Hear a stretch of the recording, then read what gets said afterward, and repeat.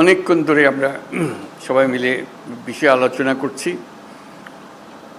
এই জন্য করছি যে এটার থেকে সরে যাওয়ার কোনো উপায় আমাদের নাই জাতি হিসেবে। যদি বলি যে সংস্কারের প্রয়োজন নেই, লোকে হাসবে, এতদিন কী করলেন তাহলে? বললেন যে এগুলো সব বললে, এটা বল এটা বল, এখন বলে যে সংস্কারের কাজ নেই। সেটা আমরা কেউ বলছি না, সংস্কার দরকার, খুব গভীরভাবে দরকার, হালকাভাবে না। শুধু এখানে আমরা একত্র হতে চেয়েছিলাম সবাই মিলে। আজকে প্রশ্ন উঠেছিল সবাইকে একত্র করলেন কেন? না হলে তো জনে জনে গ্রুপে গ্রুপে গিয়ে বলতে হতো আমাদের জন্য। সবার কথা শুনলাম, বুঝতে পারলাম আমাদের দায়িত্বটা কি, আমরা কি করতে চাচ্ছি। আমাদের কথাও শুনলেন, আপনাদের কথা আমরা শুনলাম। মানে অনাচারের সীমা নাই, এটা আমরা সবাই স্বীকার করছি। কোনো প্রতিষ্ঠান ঠিক মতো চলছে না, কোনো আইন ঠিক মতো চলছে না। তো সংস্কার তো এটা নিয়েই কথা। আমরা এখানে দুর্নীতি সংস্কার কমিশন, উনি বলেছেন কি কি সংস্কার করতে হবে দুর্নীতি থেকে বাঁচার জন্য। এটা থেকে কে অমত করবে আমাদের বলেন? কেমনি আমরা অমত করব? কোন বিষয়টাতে আমরা অমত করবো যেন এটা করা যাবে না, এটা দুর্নীতি এভাবে হোক, আমার কোনো আপত্তি নেই।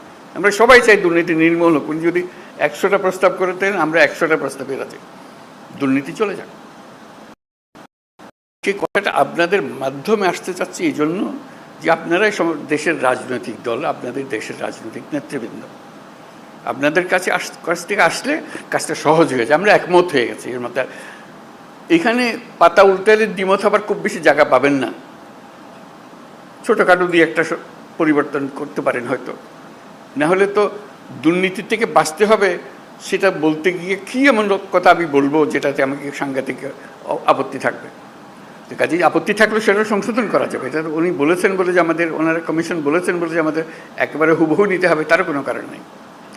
কাজেই সংস্কার থেকে আমাদের কোনো বাঁচোয়া নেই, এবং সেটা গভীরভাবে হতে হবে।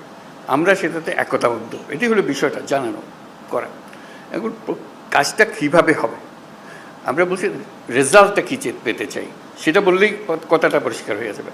রেজাল্টটা হবে যে আমরা আছি, এই যে প্রস্তাবটা করেছেন তার সঙ্গে একমত, এই জিনিসটা বের করতে চাই। এই প্রস্তাব আমরা আমরা একমত, এটার ব্যাপারে ঐক্যমত প্রতিষ্ঠা হলো। প্রস্তাব আমরা একমত, 2 নম্বর প্রস্তাব আমরা একমত, 4 নম্বর প্রস্তাব আমরা একমত, 3 নম্বর প্রস্তাবে আমাদের একটু অ্যামেন্ডমেন্ট করতে হবে, এটা করে দিলে আমরা একমত। এই জিনিসটা বের করা, আর কিচ্ছু না, যাতে করে একটা সনদ তৈরি হয়। আলটিমেট গোল হচ্ছে একটা সনদ তৈরি হবে, জুলাই সনদ, জুলাই চার্টার, যে আমরা এত কিছু কাণ্ডের পরে আমরা সবাই মিলে এটাতে একমত হয়েছে। কীভাবে এটা ইমপ্লিমেন্ট করবেন সেটাও পরে আলোচনা হবে, কিন্তু একমত হওয়াটা প্রথম জরুরি বেশি। একমত হয়ে গেলে ইমপ্লিমেন্টেশন প্রসিজিওর এমনিতেই বেরিয়ে আসবে এর থেকে। একমত না হলে, যদি ধরলাম হালকা হালকাভাবে না, এটাতে কী করবো, আমাদের করার কিছু নেই, তাহলে আমাদের তো মুক্তি নেই। সারা দেশের মানুষ বলবে যে তোমরা এটার থেকে এটা সহ্য করলে না, এটা সংস্কারও করলে না, আমাদের ঘরের উপর আবার চাপাই দিলে, বলবে আমাদের সবাইকে, রাজনৈতিক দল থেকে বলবে সবাই। তো কাজেই আমরা এটার থেকে মুক্ত হতে চাচ্ছি না। রাষ্ট্র সংস্কার নিয়ে কথা হচ্ছে তো বহুকাল থেকে। এই কথাটা এখন ওনারা কাগজে লিখে দিয়েছে যাতে করে সুন্দরভাবে এটা এগোতে পারে।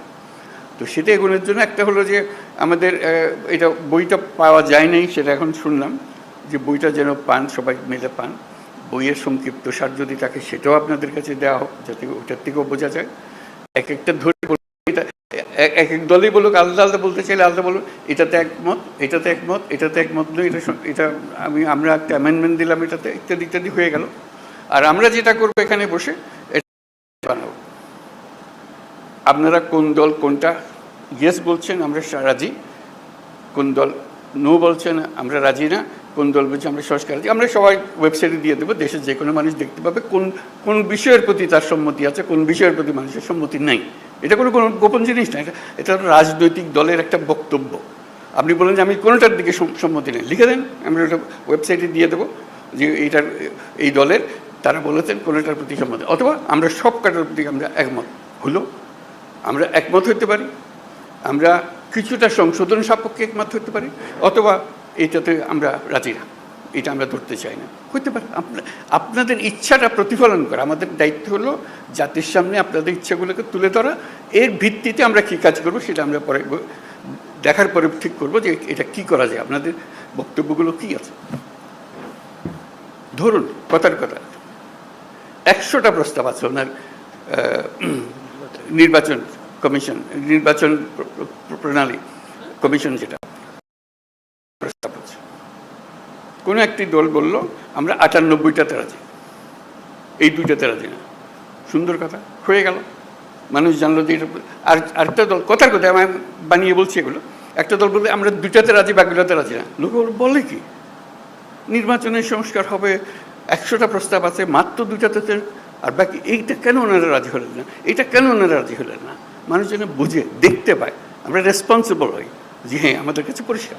এই তালিকাটা তৈরি করা, এবং সেটার জন্য আমাদের কাছে আসারও দরকার নেই।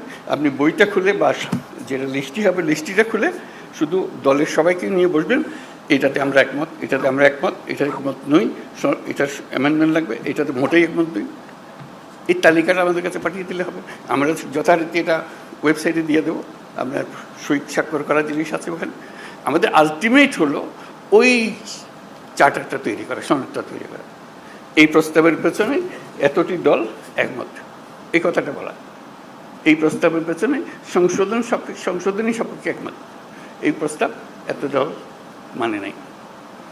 এইটা চার্টার যখন হয়ে যাবে তখন আপনাদেরকে অনুরোধ করবো, এটা আপনাদেরই বক্তব্যের প্রতিফলন, আপনারা মেহরবানি করে সই করে দেন, যেটা আপনারা সেটা বলেছেন।